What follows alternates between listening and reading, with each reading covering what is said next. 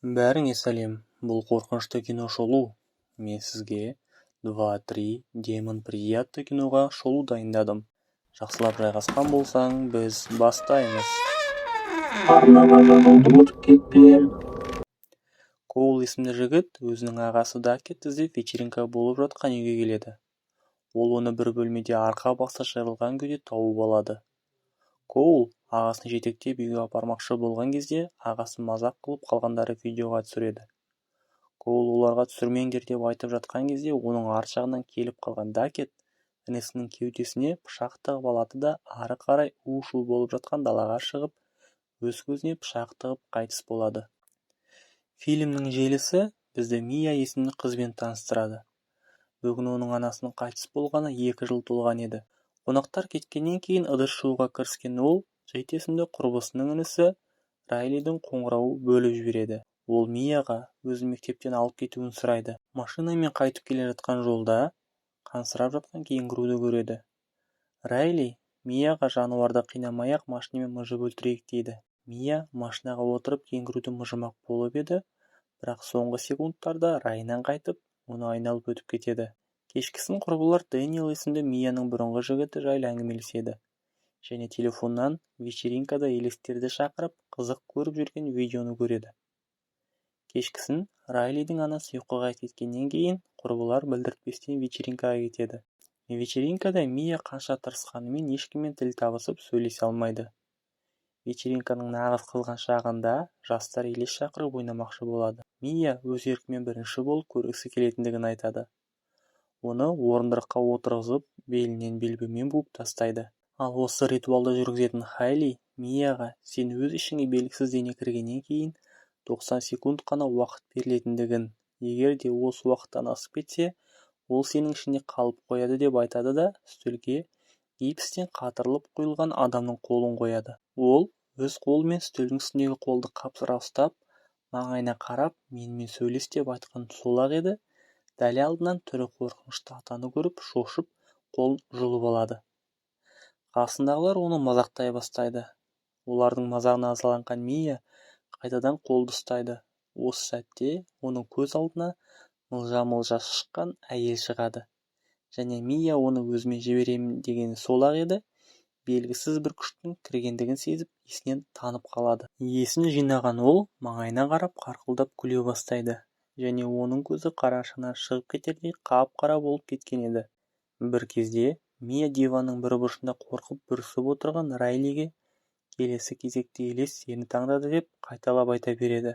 Осы кезде транс 90 секундқа толып қалғанын көрген Джон Мияның қолындағы мүсінді әзер дегенде жұлып алады. Түнде Райли жалғыз жатуға қорқып әпкесіне келгенімен, бірақ та ол оны бөлмесінен қуып жібереді. Амалы қалмаған Райли қонақ бөлмеде диванда ұйықтап жатқан Мияның қасына келіп жатуға сұранады. Мия оған рұқсат беріп, екеуі елестер туралы әңгімелеседі.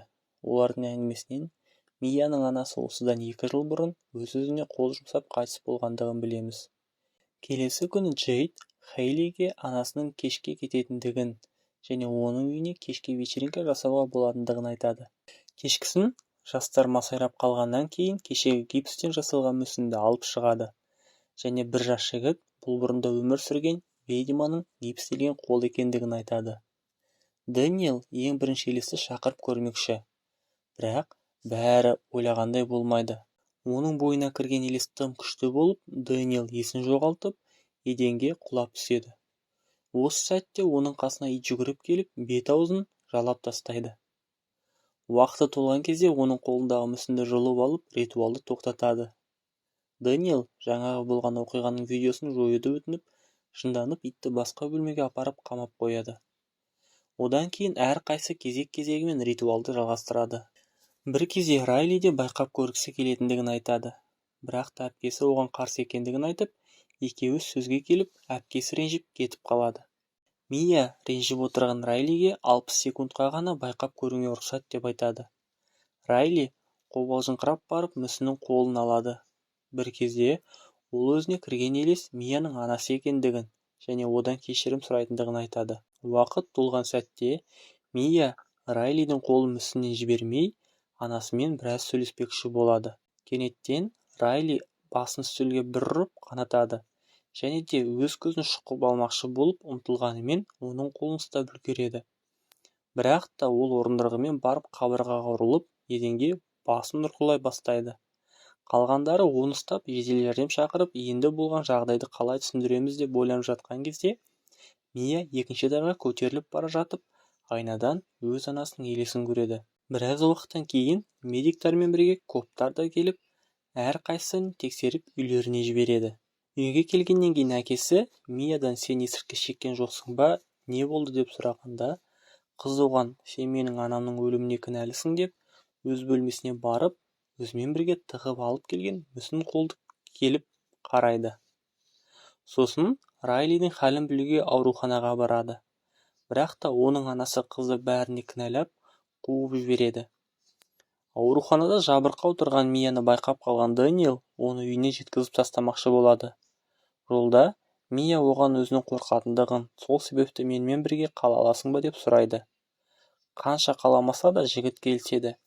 Бірақ та біздің арамызда ештеңе болмайды, мен Джейдке адалмын деп айтып, ұйқыға кіріседі. Мия түсінде бөлме бұрышынан шығып келе жатқан елесті көреді. Және ол келіп, Дэниелдің башпайын тістелеп жатқандығын көріп, шошып оянып кетеді. Осы сәтте Дэниелді оянып кетіп, аяғын тістелеп жатқан Мияны көріп, ашуланып кетіп қалады.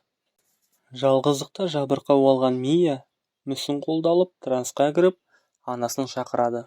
Оның даусын анасы келіп, Мия елесінің құшағында ұйқыға кетеді.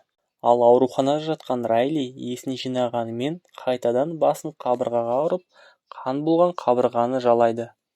Келесі күні Мия алдыңғы жолғы сеанста болғандардың барлығын жинап, Райлиге көмектесу керектігін және өзінің мүсін қолсызда елестерді көріп жүргендігін айтады.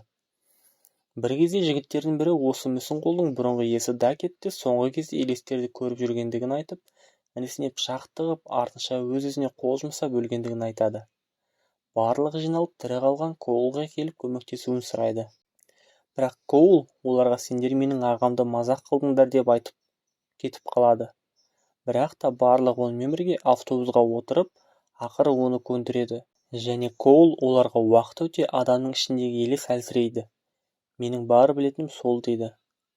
Автобустан түсе, Мия қайтадан ритуал жасайық және дұрыстап транстан шықсақ, бәрі жақсы болады деп қалғандарын көндіреді. Райли жатқан бөлмеге ұрланып кіріп, Мия өзі оның орнына трансқа кіреді. Және Райлидің рухы қалай қиналып жатқандығын көріп, шыдамай шығып кетеді. Үйге келісімен әкесі Мияға анасы өз-өзіне қол салып өлгендігі жайлы шындықты айтып, оның соңғы хатын көрсетеді. Ашуға булыққан Мия бөлмесіне келіп, айнадан анасының елесін көреді. Елес оған әкеңнің бойына жаман елестер кіріп кеткен, және оның айтқанына сенбе, ол сені өлтіруге тырысады дейді. Осы сәтте бөлмеге әкесі кіріп келіп, қызды өлтірмекке оқталады. Бірақ та шын мәнінде оның әкесі астында отырған болатын. Үстінде болып жатқан шуды естіп көтерілген әкесі жерде жатқан қызын көріп, қасына барған сәтте Мия оның мойнына қайшы тығып алады. Ауруханада жүрген Джейдке Мия қоңырау шалып, Райлиге қалай көмектесуді білетіндігін айтып, өз үйіне шақырады. Оның ауруханадан шыққанын күтіп тұрған Мия ауруханаға жалғыз қалған Райлидің бөлмесіне келеді. Осы сәтте оның үстінен Райлидің анасы келіп қалады. Және ол Миядан алдында айқайлап қуып шыққаны үшін кешірім сұрайды. Мия одан Райлимен оңаша қалдыруын өтінеді. Және анасы кеткеннен кейін Райлидің орнына құбыжық елестің жатқандығын көріп, оны өлтірмекке оқталып еді, бірақ батылы жетпеді. Сол кезде терезеден алдында жолда өздері көрген қансыраған кенгуруды байқайды да, оның басына ой келеді. Осы уақытта Джейд құрбысының үйіне келіп, мойнындағы жарасын басып отырған Мияның әкесін көріп, анасына хабарласады. Ол жүгіріп, баласы жатқан палатаға барса, ол жерде ешкім жоқ болып шығады. Джейд өзінің інісін жолдың шетінде ұстап тұрған Мияны көріп жүгіреді. Оның құлағына анасы сыбырлап, оны мақтан тұтатындығын айтады. Осы сөздерді естіп, Мия арбадан қолын алады. Жолда кетіп бара жатқан машина бір затты қағып барып, әзер дегенде жол шетіне тоқтайды. Жол ортасында жатқан Мия тұрып маңайына қараса, інісін құшақтап отырған Джейдті көреді. Сосын белгісіз түрде ауруханада жүргендігін көреді. және жағдайы жақсарып қалған Райлиді байқайды. Қорыққанынан лифтке бет алған әкесінің артына жүгіреді. Осы сәтте лифттің есігі жабылып, ғимаратта қараңғылық орнайды. Бір кезде жанып тұрған майшамды байқап қасына келсе, өздері ойнаған мүсін қолды көріп, қолын береді. Сол сәтте арғы жақта өздері сияқты вечеринкада отырған жігітті көреді. Осы сәтте ғана Мия өзінің өлгендігін түсініп, кино осылайша аяқталады. Достар, егер де басқа да қорқынышты кино шоулар көргіңіз келсе, менің арнама тіркеліп, басқа да видео шоуларымды қарап өтіңіз. Келесі видеода кездескенше.